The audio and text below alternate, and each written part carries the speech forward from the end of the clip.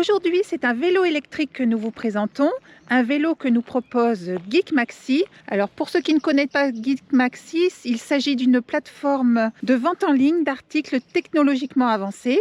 Alors ce que je vous propose, c'est qu'on déballe ça tranquillement et on détaillera tout ça après.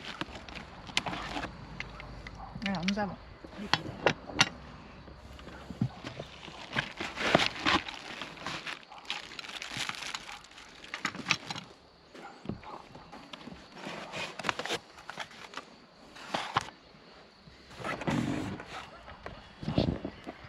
Boîte cadeau.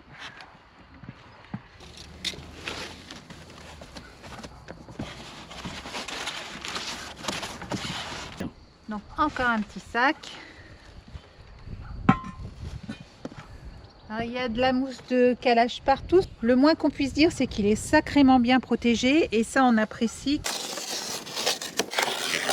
Donc ça y est, j'en suis venue à bout. Alors ce que je vous propose, c'est de mettre en place la potence. Alors comme vous voyez, c'est ultra simple. On clique ici et surtout on met la sécurité ici. On va mettre en place aussi le guidon pour protéger les fils, en fait, pour éviter de les arracher pendant le montage. Ça sera beaucoup mieux. Donc c'est pareil, c'est hyper facile.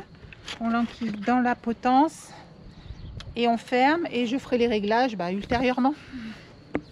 Donc ça ne vous a pas échappé, hein, il est entièrement pliable et ça c'est un atout pour nous, pour nos véhicules, pour pouvoir le ranger. Donc dans l'idéal, on va vérifier s'il est pliable et pliable facilement. Pour nous c'est primordial. Donc regardez, je le fais toute seule d'un clic. Donc comme sur la potence, on clique le verrouillage et enfin je vais mettre en place le petit clip de sécurité pour sécuriser tout le verrouillage. Alors ma première impression, donc là ça va être une impression de femme, hein. J'adore la couleur caméléon, on a du violet, du bleu électrique, il est magnifique. Donc comme vous pouvez le voir, le fabricant c'est Fafreeze, le modèle c'est le F20 Max et donc je vous propose qu'on continue le montage. On va continuer par le porte-bagages. Alors vu la solidité de l'accessoire, on peut dire que c'est un porte-bûche, voire même on pourra transporter le bûcheron avec. Ça a l'air très solide. Donc l'outillage est fourni, ça c'est appréciable. On va chercher donc une clé 6 pans puisque le porte-bagages se fixe ici. On va voir un petit peu ce qu'on trouve. Ouais, je le positionne ici et je remets les 4 vis.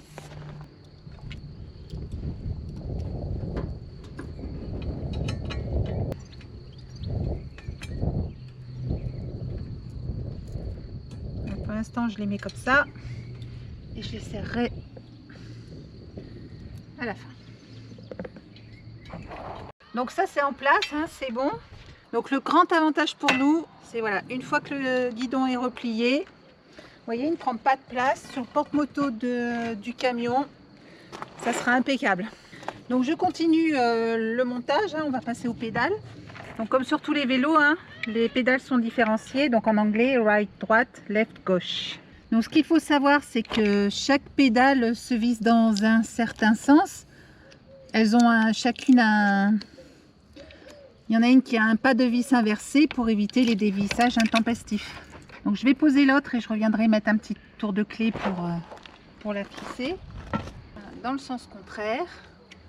Donc comme je vous le disais, pour éviter les dévissages intempestifs. Et donc un petit tour de clé pour finaliser tout ça.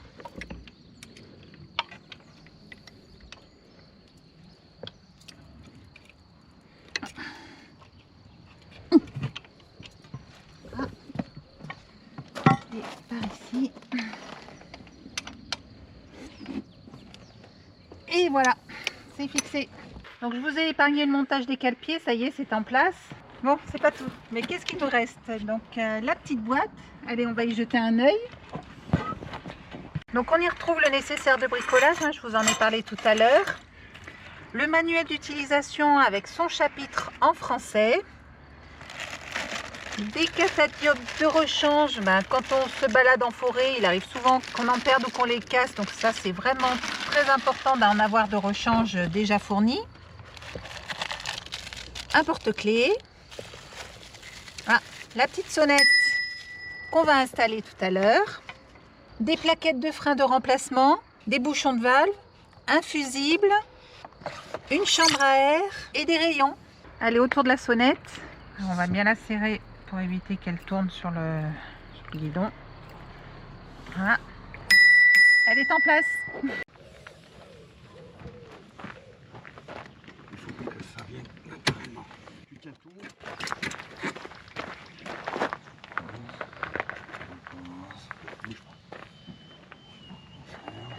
Donc comme vous le voyez, ça tient dans un mouchoir de poche. Le dépliage est très simple et rapide, ainsi que le verrouillage. Hop, le petit loquet de sécurité, ici c'est fait. Je mets la béquille, ça va me libérer les mains. Et idem pour la potence. Hop, je clipse, je sécurise et c'est parti. Alors côté caractéristiques, le vélo possède un moteur de 500 watts, alimenté par une batterie de 48 volts, donc amovible. Équipé d'un témoin de charge qu'on contrôle ici. Sur l'arrière, le port de charge. Donc la batterie est équipée d'un système anti-vol que l'on déverrouille avec la clé en tournant sur l'avant. Donc la sécurité c'est déverrouillé et on peut retirer la batterie en tirant dessus. Donc bien sûr il faut enlever la selle pour retirer complètement la batterie, mais voilà le principe. Donc voilà pour la motorisation. Côté cycle, donc elle est équipée de la rituelle sonnette, de 2 freins à disque avant et arrière qui sont actionnés par des leviers ultra souples. Je peux les actionner d'un seul doigt. Il est équipé également d'un dérailleur Shimano à 7 vitesses. Alors Shimano, dans le milieu, c'est une référence, hein. Un dérailleur que l'on actionne le plus simplement du monde en appuyant sur ce bouton pour monter les vitesses et en actionnant ce levier pour les descendre. Donc on retrouve un amortisseur à l'avant et pas de suspension à l'arrière, mais ce manque est largement compensé par une selle amortie et confortable. Les pédales sont repliables, donc ça c'est très pratique lors du transport du vélo pour gagner de la place. Donc je les remets en place en version route. Donc pour la mise en route, rien de plus simple, on a besoin de la clé pour mettre le contact. Voilà, c'est fait. Donc j'appuie ici sur le bouton marche arrêt et le vélo est sous tension, prêt à démarrer. Donc il y a 4 niveaux d'assistance sur ce vélo que je règle à partir de ces boutons. Donc 0 c'est sans assistance et après c'est jusqu'à 3. Donc ici en appuyant sur ce bouton, j'active l'éclairage avant du vélo. Et enfin ce bouton là nous permet de naviguer dans le menu de l'afficheur. Donc sur l'afficheur on retrouve le compteur kilométrique, le niveau d'assistance utilisé et ici au choix le compteur journalier, le compteur total, la puissance délivrée par l'assistance au moment du coup de pédale et enfin ici la jauge de carburant entre guillemets, enfin le niveau de batterie. Voilà pour l'essentiel. Alors j'adore vraiment ces gros pneus larges, ça lui donne un look d'enfer. Donc on va voir s'ils sont efficaces, on va sortir des sentiers battus sur un terrain un petit peu off-road. Donc l'idée surtout c'est de voir s'ils sont efficaces. Alors je vous ai trouvé un petit terrain avec des dénivelés importants et je crois qu'il y a aussi une plage de sable. Donc je m'équipe et on part faire un petit essai.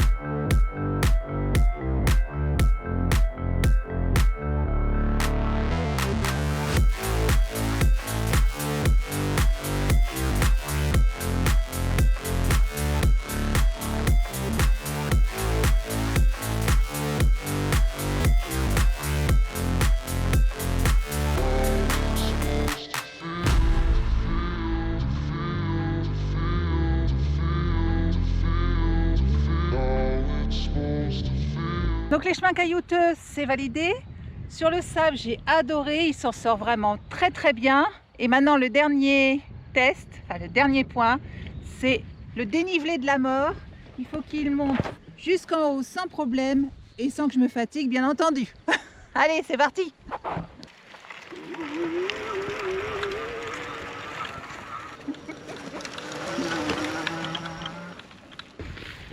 Et c'est validé.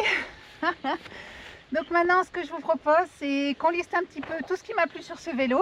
Donc je commence en tout premier point, j'y reviens, c'est sa couleur, hein, j'adore. S'il y a bien une couleur que je peux vous conseiller, c'est celle-ci.